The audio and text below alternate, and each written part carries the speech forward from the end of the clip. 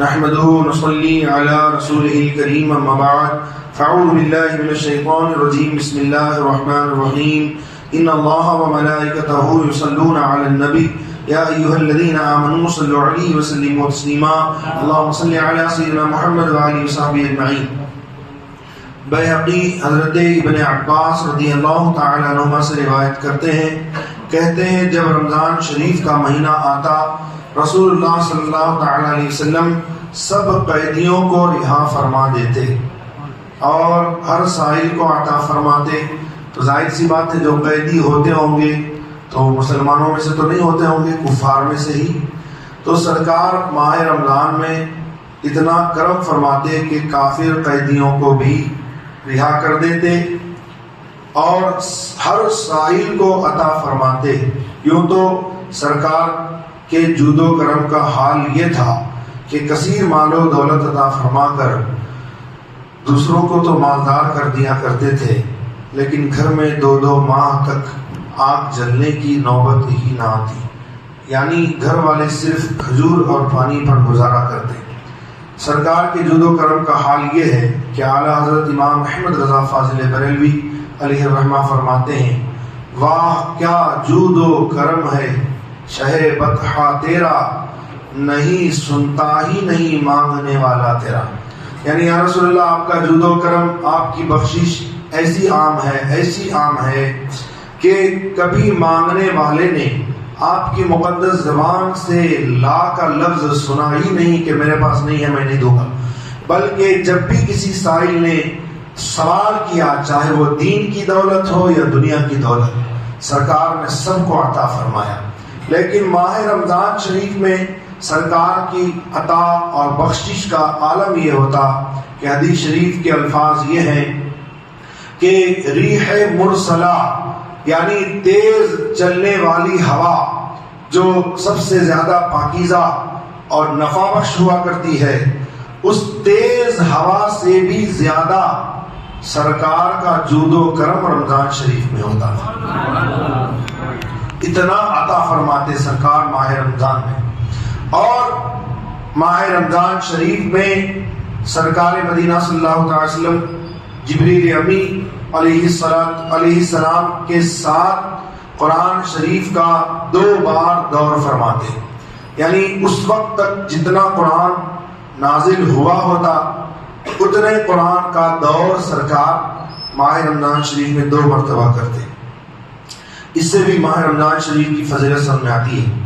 بیہقی شعب الایمان میں سیدنا ابن عمر رضی اللہ عنہما سے راوی کہ نبی کریم صلی اللہ علیہ وسلم نے فرمایا، جنت ابتدائے سال سے یعنی شروع سال سے آئندہ سال تک رمضان شریف کے لیے سنواری جاتی ہے. سبحان اللہ. یہ ایسا مہینہ ہے کہ پورے سال اس کی تقریب کے لیے اہتمام کیا جاتا ہے. آپ ذرا سوچیں، گھر میں اگر شادی ہو تو زیادہ سے زیادہ لوگ 1 روز پہلے ڈیکوریشن کرتے ہیں، 2 روز پہلے کرتے ہیں، زیادہ سے زیادہ 3 روز 4 روز اور زیادہ 8 روز. اس سے پہلے کوئی ڈیکوریشن کرتا ہے نہیں. اور بھی اگر زیادہ ہو تو 1 مہینہ، مگر وہ بھی جب شادی ہوتی ہے تب. مگر ماہ رمضان شریف جب جلوہ گر ہوتا ہے 1 دن 2 دن 3 دن 1 مہینہ 2 مہینہ نہیں، بلکہ شروع سال سے لے کر آخری سال تک جنت سواری جاتی رہتی ہے. سبحان اللہ. تو آپ اندازہ لگائیے کہ ماہ رمضان شریف کی کیسی فضیلت ہے. جب ماہ رمضان کا پہلا دن آتا ہے تو جنت کے پتوں سے عرش کے نیچے ایک ہوا چلتی ہے جو ایک ہوا حور عین پر چلتی ہے. یہ حور عین یعنی اللہ تبارک و تعالی نے جنت میں کچھ ایسی حوریں بنائی ہیں جس کا کوئی جواب نہیں، نہ اس کی کوئی مثال ہے. اور وہ خاص بندوں کے لیے. ایسے تو حور ہر عام مومن کو عطا کی جائے گی، کسی کو 70 حوریں بھی عطا فرمائی جائیں گی، مگر کچھ بندے ایسے ہیں جن کے لیے اللہ تعالیٰ نے خاص حوروں کی تخلیق فرمائی. ان میں سے روزے دار بندے بھی ہیں کہ جن کی تقریب کے لیے اللہ تعالیٰ نے خاص طور سے بڑی بڑی آنکھوں والی نہایت خوبصورت حوریں پیدا فرمائی. تو جب جنت کے پتوں سے عرش کے نیچے حور عین پر ہوا چلتی ہے تو اب ذرا سوچئے کہ عرش کے نیچے سے اور وہ بھی جنت کے پتوں سے ہو کر جو گزرتی ہوگی وہ ہوا کیسی ہوگی. نہایت خوشگوار، ٹھنڈی اور خوشبودار اور نہایت ہی آرام دہ پر لطف ہوا ہوگی.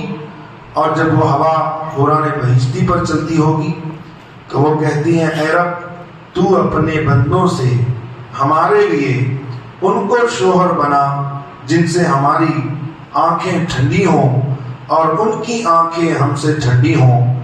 یہاں مطلب روزے دار بندوں سے ہے کہ وہ دعا کرتی ہیں کہ پروردگار ہمیں تیرے بندوں میں سے روزے داروں کو ہمارا شوہر بنا. سبحان اللہ. امام احمد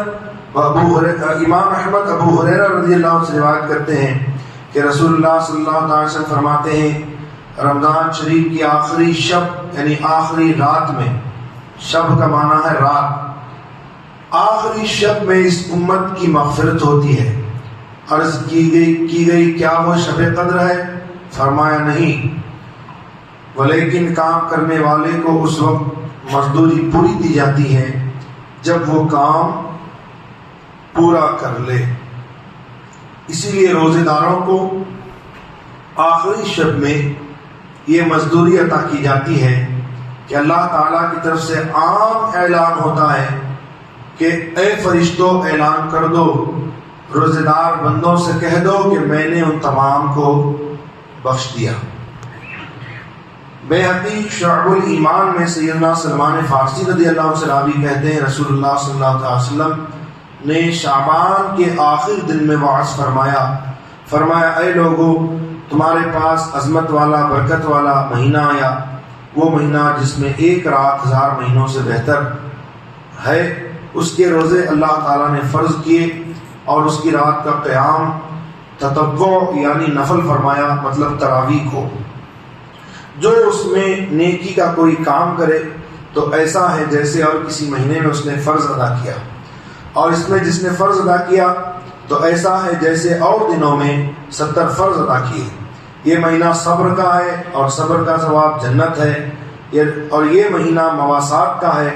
مواسات کا مطلب ہے غمخواری اور بھلائی، یعنی ایک مومن دوسرے مومن کی غمخواری کرے اور اس کی بھلائی چاہے. اور اس مہینے میں مومن کا رزق بڑھا دیا جاتا ہے، جس کو ہم اور آپ سب مشاہدہ کر رہے ہیں. ماہ رمضان شریف میں رزق بڑھ جاتا ہے، بڑھتا ہے نہیں بڑھتا؟ تو ان تمام چیزوں سے سرکار کی حدیث کی صداقت اور سچائی ثابت ہوتی ہے. الحمدللہ.